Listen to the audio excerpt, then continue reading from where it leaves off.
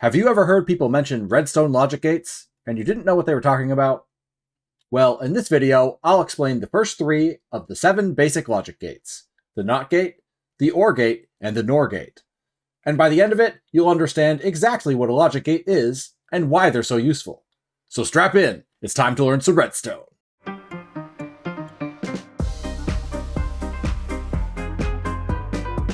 Hi, I'm Mistracer, and welcome back to Redstone from Zero, a series where I teach you redstone from its foundations, assuming you come in knowing absolutely nothing about it. I recommend watching the series in order from Lesson 0, but I'll do my best to be comprehensible even if you haven't. By the way, I know some of you are itching for me to return to explaining individual redstone components like skulk sensors, dispensers, or crafters. And good news! We'll start doing that again once we're done with logic gates. With that out of the way, let's talk about logic gates. While our lesson on binary was largely conceptual, logic gates are as practical as it gets when it comes to redstone. You won't want to miss out on learning them. You can imagine logic gates as being kind of like physical gates. You know how sometimes people will have a pull string on the outside of a fence gate that lets you open it from the side opposite the latch? We'll use that as an analogy for our inputs. That is, for a regular old fence gate, you pull the string and the gate opens, right? So when the string is pulled, that's equivalent to saying the redstone input is on. And when the string is released, that's equivalent to saying the redstone input is off. And the gate being open is equivalent to the redstone output being on, while the gate being closed is equivalent to the redstone output being off. Meaning, for a regular old fence gate, the output is always just the same as the input. If we left it at that, it'd be kind of useless for a logic gate. It's basically the same behavior as redstone dust. So let's talk about a different kind of gate. Of the 7 basic logic gates, this is the only one that takes 1 input instead of 2, or 1 pull string in our analogy.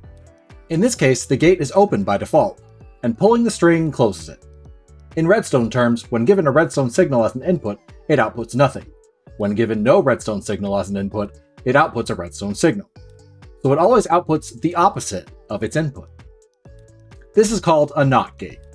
And if you already know how those work and just want to skip to learning about the OR gate, jump to the timestamp shown on the screen. But if you don't already understand NOT gates, I'll ask you to trust me and learn about them first, because I'm talking about the NOT gate before the OR gate for a reason. Anyway, NOT gates. If you've watched this series from the beginning, you might be able to guess what component I'm about to mention. That's right, it's the redstone torch. Yes, building a NOT gate is as simple as attaching a redstone torch to an opaque block with a redstone line leading into the block and a redstone line leading out from the torch. So this is a NOT gate, and so is this. Whenever the block is powered, the redstone torch will be unpowered. And whenever the block is unpowered, the redstone torch will be powered. So the output will always be the opposite of the input. In circuit diagrams, a NOT gate looks like this. The triangle indicates the direction of the signal, and the circle represents the actual negation, as you'll see on some of the later logic gates. You don't really need to know how to draw circuit diagrams to use logic gates, but they can be useful for planning complex redstone projects. So each time I introduce a logic gate, I'll show you its diagram symbol. As an example of how the NOT gate is useful, consider the age-old trick of placing a door like this. So in its default closed block state, it allows entry, and when you right-click it and it changes to the open block state, it prevents entry. Why do this? Well, zombies can break through doors, but the zombie AI doesn't try to break through doors it sees as open, even if the door is in their way. So placing doors like this makes them zombie-proof. But there's a downside to doing this, which is that you can't use the other age-old trick of placing a pressure plate next to an exit door so it opens automatically for you and closes behind you as you leave. Combining the 2 tricks results in a door that stays open most of the time, then slams in your face as soon as you step on the pressure plate. And pranks aside, nobody wants that. A door that stays open unless you want to walk through it is the worst of all possibilities. But what if we made it so stepping on the pressure plate depowered the door instead of powering it? That would allow us to combine the 2 tricks, which is where the NOT gate comes to the rescue. Attaching a NOT gate to the pressure plate output gives us a redstone signal when the pressure plate is up, and no redstone signal when the pressure plate is down. In other words, it makes it so stepping on the pressure plate depowers the door, just like we wanted, letting us have a zombie-proof door that also automatically opens and closes for you when you step on the pressure plate. Because the zombie-proof door trick is essentially just making open mean closed, and closed mean open, the way to make a pressure plate compatible with that is to make its on mean off, and its off mean on, which is exactly what a NOT gate does. Okay, now we're ready to talk about the OR gate. To explain it, let's return to our physical gate analogy. But now let's say it's a special kind of gate with two pull strings, one on the left and one on the right. And this special kind of gate opens if you pull the left string, or if you pull the right string, or if you pull both strings. The only way the gate stays closed is if none of the strings are pulled. That's the OR gate. We call it that because pulling the left string or the right string will open it. Either one, or even both together, will work. This is the symbol for the OR gate. The two lines on one side of it are the input, and the single line coming out of the other side is the output. As a Venn diagram, the OR gate looks like this. That's because for OR operations, we take the A diagram and the B diagram and just smush the red parts together. And the reason for that is that A by itself being on is enough to make the gate output a redstone signal, and B by itself being on is enough to make the gate output a redstone signal. So A or B consists of all of circle A and all of circle B. That is, A or B will output a redstone signal in all cases where only A is on, or only B is on, or both are on. For Venn diagrams, you can think of OR like using a rubber stamp. Each additional use, A or B or C and so on, can only increase the size of the red area or leave it the same, but it can never reduce it. This is the kind of logic gate you'd want to use for a door that accepts multiple keycards, because you want it to open if given my keycard or your keycard. Either one should open the door, so the OR gate is the tool for the job. The OR gate is one of the very simplest to build in Minecraft. Two inputs connected by redstone dust to the output is a functional OR gate.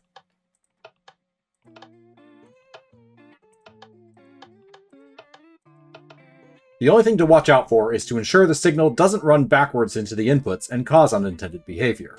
So when using the OR gate, consider whether you need to use a repeater to ensure the signal only flows in the correct direction. As an example of signals running backwards and causing problems, consider an OR gate with a simple item sorter as input A and a lever as input B. We want the output to be on when the item sorter has items flowing through it, or when the lever has been activated. A naive example looks like this. It works just fine when using the item sorter alone. The lower redstone dust is only powered when items are flowing through the sorter, but notice what happens if you use the lever. It forces the lower redstone dust in the sorter to be powered when it shouldn't be, and that will drain the upper hopper until it's completely empty, which breaks the item sorter. So that's a problem. But as I said, simply adding a repeater will solve things right away. Putting a repeater here keeps the redstone signal from the lever from flowing backward into the item sorter, while still keeping the item sorter connected to the output. As a side note, we don't need a repeater to protect the lever, because sending redstone power into a lever doesn't do anything. But if the input was something else where a signal flowing backwards could affect things, we'd need a repeater here as well. Anyway, while I did say OR gates are one of the simplest gates, don't get the idea that they're not useful, because they absolutely are. It's just that they're so simple and ubiquitous that you've probably already been using them without even realizing it. If you have more than one way to activate a redstone circuit, then for all intents and purposes, you're using an OR gate. So to build our locked door with multiple keycards, we just need to take any inserted keycards and run them over item sorters to see if they match any of the keycards we've created a sorter for, and open the door if they get pulled into one of the sorters, meaning they're a match. The simplest way to do that is to have some item sorters side by side and take a repeater output from each one's lower redstone dust. Those repeaters output to a redstone line that opens the door. Since they'll only get a short pulse when the correct keycard is inserted, we probably want to add a pulse lengthener to give the player enough time to walk through the open door. For extra credit, add droppers at the bottom of the item sorters that eject the accepted keycards into a water stream, leading to a bubble column that returns the keycard to the player on the other side of the door.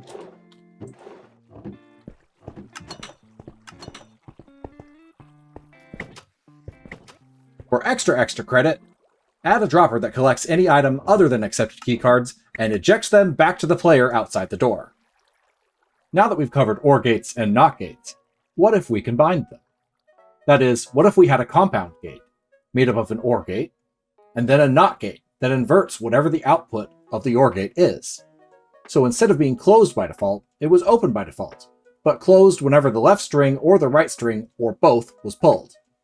That is a NOR gate, which you can think of as just an inverted OR gate. Where OR gates will output a redstone signal as long as they have an input signal on either line, NOR gates only output a redstone signal when all input signals are off. NOR gates are built by first building a regular OR gate, then using a redstone torch on a block, powered by the OR gate, to invert the output of the OR. This is the symbol for the NOR gate. Yes, it's just a regular OR gate with a little circle on the output to represent negation. As a Venn diagram, the NOR gate looks like this. That's because all we did was attach a NOT to the output of the OR gate, right? Which means all we have to do for the Venn diagram is swap the positions of red and white. And it matches up if you think about it.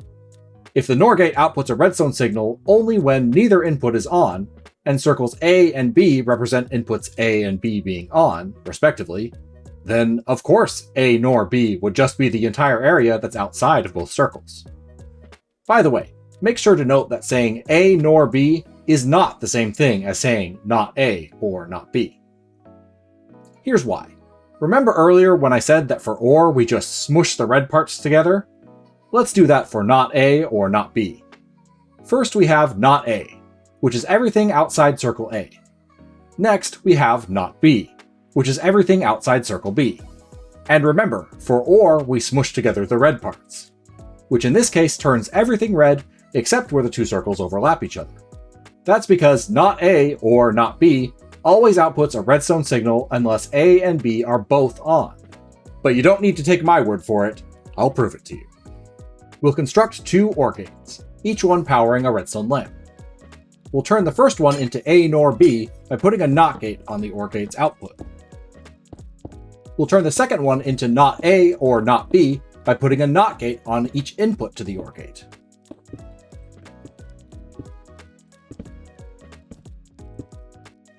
Now, both lamps are on, so it might be tempting to say the two circuits are equivalent, right? But let's see what happens when we turn on input A.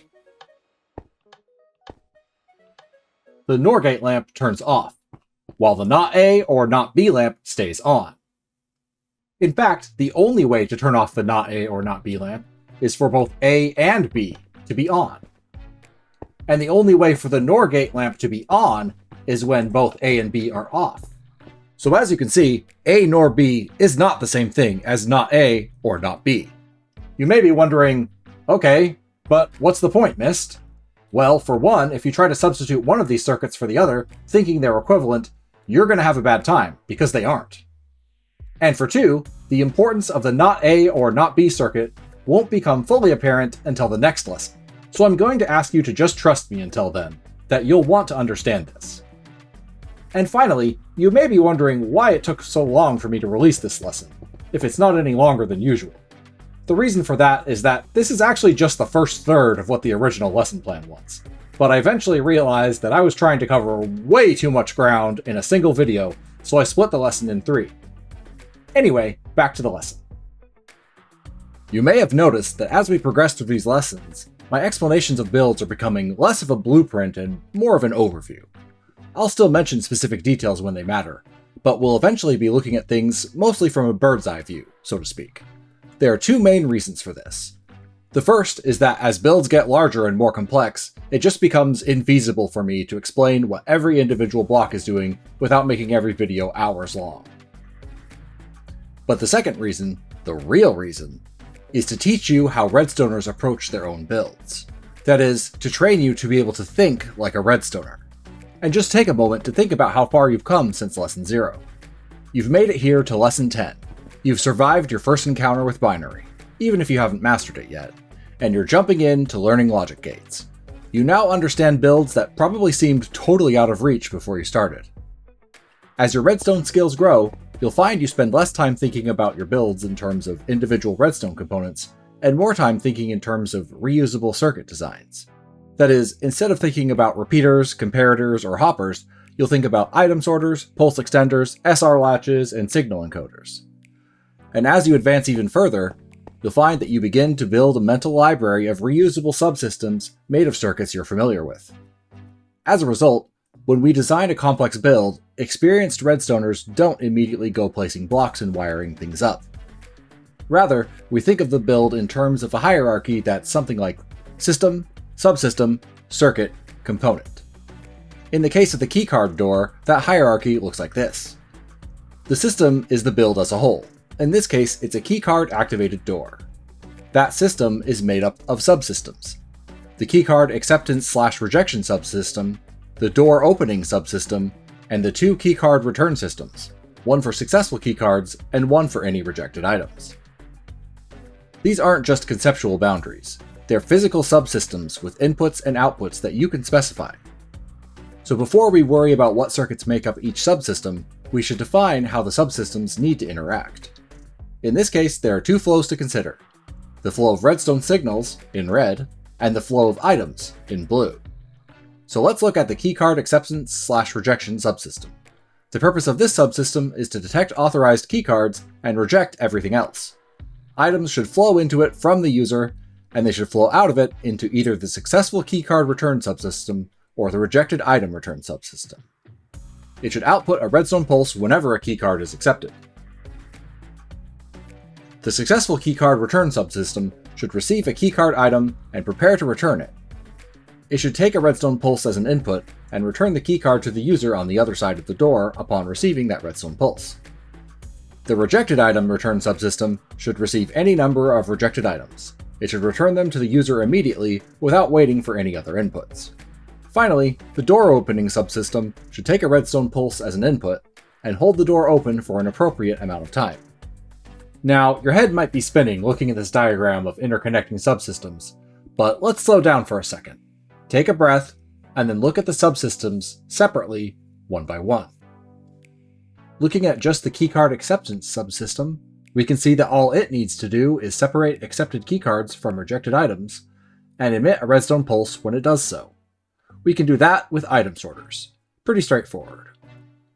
Looking at just the accepted keycard return subsystem, all it needs to do is return the keycard to the user when it receives a redstone pulse. Easy. Looking at just the rejected item return subsystem, all it needs to do is immediately eject any item it's given back to the user. You know how to do that, we covered it in Lesson 7. Finally, looking at just the door opening subsystem, all we need to do for that is make sure the door stays open long enough. Simple. And now that we know what each subsystem's inputs, outputs, and behaviors are, we can break them down into circuits. For example, the keycard acceptance/rejection subsystem is made up of a hopper line and item sorters underneath that attempt to pull from that hopper line. If the sorters fail to pull an item out of the hopper line, it ends up in the rejected item return subsystem. If a sorter successfully pulls out an item, it flows into the successful keycard return system. And when a keycard is accepted, there's an OR gate at the back of the item sorters that outputs a redstone pulse. Naturally, I don't even need to state that the item sorters are protected from the OR gate with repeaters, because you already know you need to do that. So that's our keycard acceptance/rejection subsystem designed. I say that because the actual layout of the subsystem doesn't really matter, as long as it fulfills the input, output, and behavior requirements we specified. Do you think you can design the door opening subsystem and the two item return subsystems? You should know everything you need from this and previous lessons in order to do it. If you need a hint, I'd recommend thinking about the two comparator lessons. Or if you get well and truly stuck, I've linked a Litematica schematic of the keycard door from earlier in the episode. Before we end, let's go over what we talked about today. 1. You can chain logic gates together. Certain important compound gates have their own names, like NOR, which is made of an OR gate and a NOT gate. 2. The NOT gate outputs the opposite of its input. If its input is off, its output will be on, and if its input is on, its output will be off. 3. The OR gate always outputs a redstone signal unless both of its inputs are off. 4. The NOR gate never outputs a redstone signal unless both of its inputs are off. 5. A nor B is not the same thing as not A or not B. 6. When designing a redstone build, start with the overall goal, break that into well-defined subsystems, and then start on the circuits. Don't start placing blocks until you know how the subsystems need to interact. Next time, we'll talk about AND gates. But until then, if you're looking for something less focused on education and more focused on fun, why not check out my main channel? It's linked on the end screen of this video. I update it weekly with fresh Minecraft content. Well, mostly Minecraft. I do sneak in other games from time to time. I've also started streaming on Twitch as MrRazor Plays, and I'd love it if you drop by my chat to say hi. If you find these lessons useful and want to help out the channel, make sure to like and comment, since viewer interaction is the best way to promote these videos, aside from plain old word of mouth. And of course, don't forget to subscribe. I'm getting really close to 1,000 subs, which blows me away. So if you haven't already subscribed, I'd love it if you'd help me hit the 1,000 subscriber mark on this very video. With that, thank you for watching, and I'll see you next time. Bye!